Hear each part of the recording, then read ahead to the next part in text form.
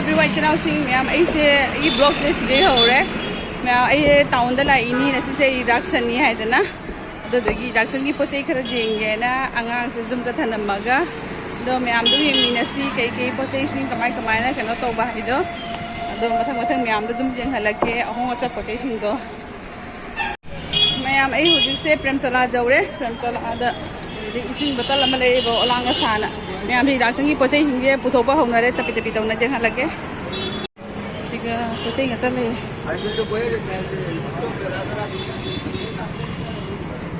Reduction की पोचे पुथोपा होगना रे चप्पल ले कई देगी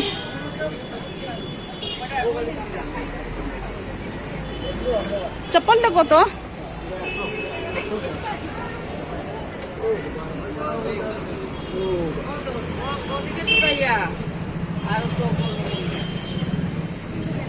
मैम सिगदी पैरे बिग बाजार की ममांगी इसगा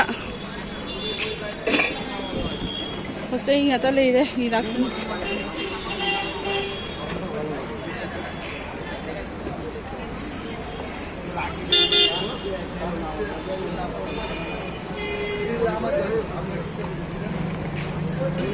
বেশি তো কত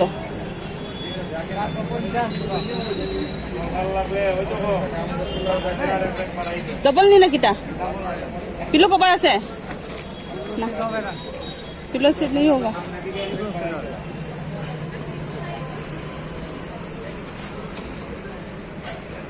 कत এটা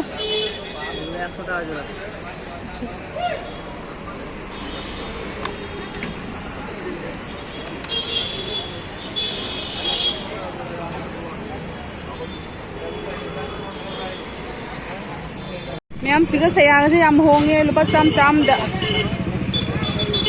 सेगी कनो पीबगा से लुपा चाम चाम दा याम होंगे पोचै सिंगे मीना मैम लापा होनरे हुजि मैं हुजि इचे मिटे फिजल की दुकान ला ई मानवी से फंगना रे का से लोई फंग जाउद्रा कान सिगा इन फीगा जाम फजा फजा लेरे असे से लौगे तौरी से इन फी सुनी के से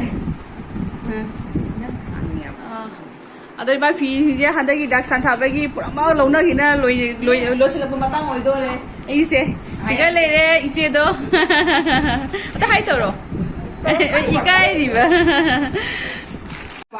मैम असे से याम फजे से 120 तनी मैम से लागा ला जुम दा का तो ने इन बदा याम फजे से 10 piece lower di 100 tania ai di 10 piece pudi lower rồi ada tani yam phazei dum lobi lao soft soy fi se yam na मैं आई फजी इचे की दुकान दे थोकले आई माने भी फंगना रे ना मोमिता से अखोई नी फंगमिना रे हुजी मा से ले बे दुकान से को अदा दरी अखोई नी हुजी पुना थोकले हुजी असे लोरेगा माय माय सब चटना रनी है नत्रा नदी में थक तुम जेंगा लगे हम संसार से रिडक्शन की केनो ना पखाय रे मी ना पी खन पखाय रे हानियाय लेतरे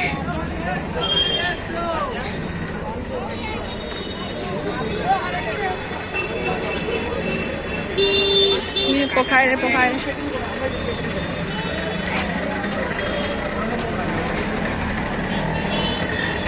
मैम आई हुजी की दोगा जुमदा हन्नी हुजी से मैम दे आंग की का को सुको लौरी रे की पोचे सुको लौरे तो मैम भी एक भी से हुजी जुमदा हन्नी ने वो जुमदा का अलगे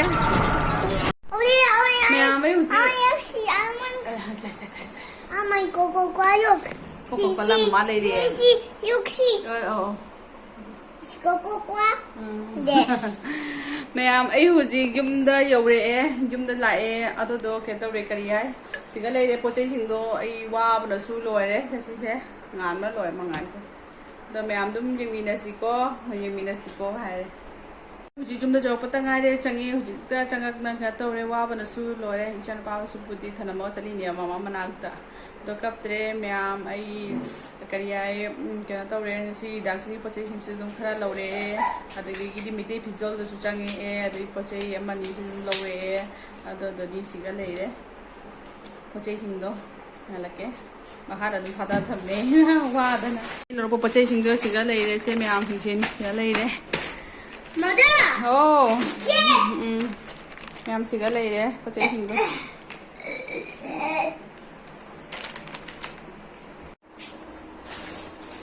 Hello, American Housing. Hello, American Housing.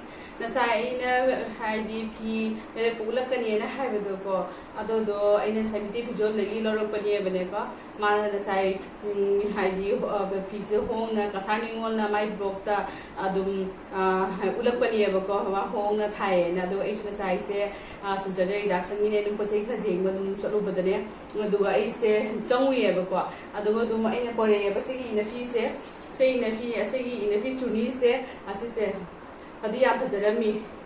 Asi se mara 120 to daga piri pasmai to buduma chu se I mari manga khak lore ye bani ko sa ka blue machu gi red machu green machu dai to raga ne ko na dani mya ai atang di atang moi na jeng khale myam da se yung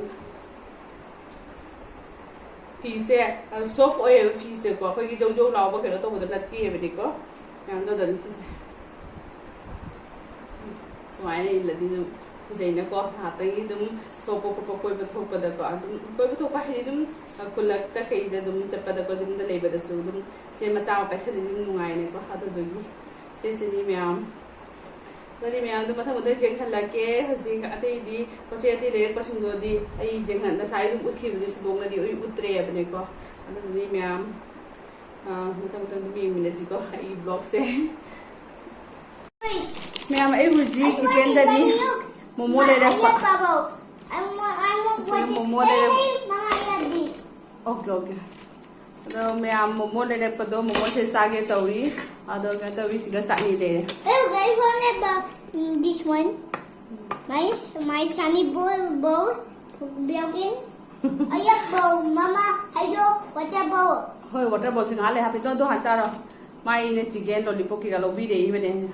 Do mali ne dukan gi kanu mafam de gi ne dum char ga lai thanga ba khoi khun de ne hoi mana ba gi ne ma gi ga to bi ba ha ngi ba adu gi lo ro pani ba ne do mya sa na je ge hao right Mama should see it. What do you mean? I want to have sushi.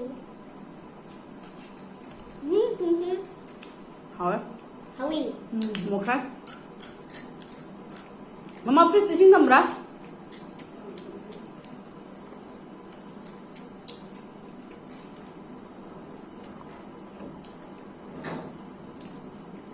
Mama đi chicken cha gì vậy tôi nó bé chuyện lâu rồi bún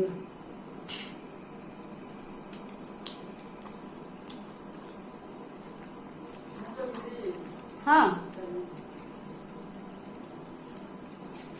What happened?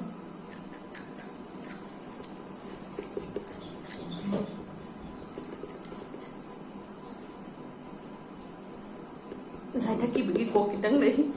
Hey, I want you to come out of the pool.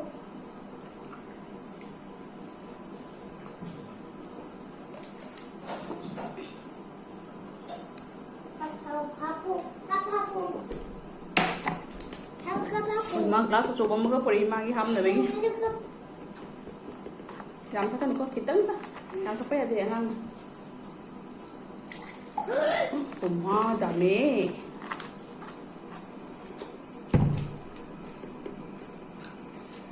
Mẹ một cha khi ghé cha rồi đấy cũng thêm nữa xí có. Hậu đi ăn mà hậu.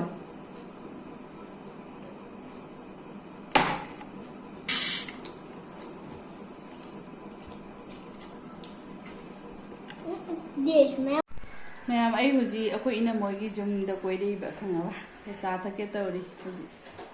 Cha ta ke one time kap to ina dum kha ni huji. Lao. Kano ta koi mo hota di ne. Ngai ta ka cha se ke na to ga dum lon ba ta lon ba ta one time da sa pa na pha. Ah, ta ko cha ning de. Ani ma'am ina moi da koi dai ai huji pam da le ba ni ne. चलनी है मैंने को अदोदनी ma'am येंगमिनसी को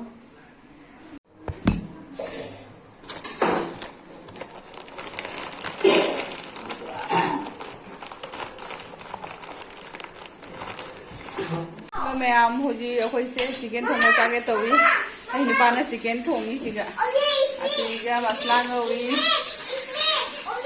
okay okay हारा hello ma'am हारा अतिगा chicken ले रे सिगा chicken ले रे नो मैम को हुजी तुम धांग से कोई चिकन थोंगा चा दोई है बा नपी नपी नपी नपी oh segala magi snail je jim gi wai napi napi ba it's napi there hey okay it's me hi everyone hello ma'am hai don hello ma'am mai khoi si xiao napi chicken papa no chicken thongi hai papa chicken thongi khoi cha ni I so hungry. Oh, ma hungry rồi đấy. Ado mẹ nó nhìn mình gì có. Mà đi. Oh. Mẹ isan lupa sini chicken thong ấy na harau betul loy deh. Jung menang tegi thok tere. Tapi je jung. Ciar se pusat laga. Aduh gay di ma ekdam menang se. Mana nang chicken cha doi ra? No, I want to be hand. I want to be. Oh, nang chicken cha doi ra hai ga? I want watch a chicken coming under. Nang chicken cha doi ra hai ga? Yes, it's a chicken. Okay, okay. Why she show the pea? Yum. Siga lấy đấy thong. Nè hào cái đó man bro. Em chicken thong lôi đấy, sumai oi đấy, huji cha na bagi tàu ra đi. Đó mẹ hào cái đó hào đấy, em mina si. Siga lấy chicken chứ.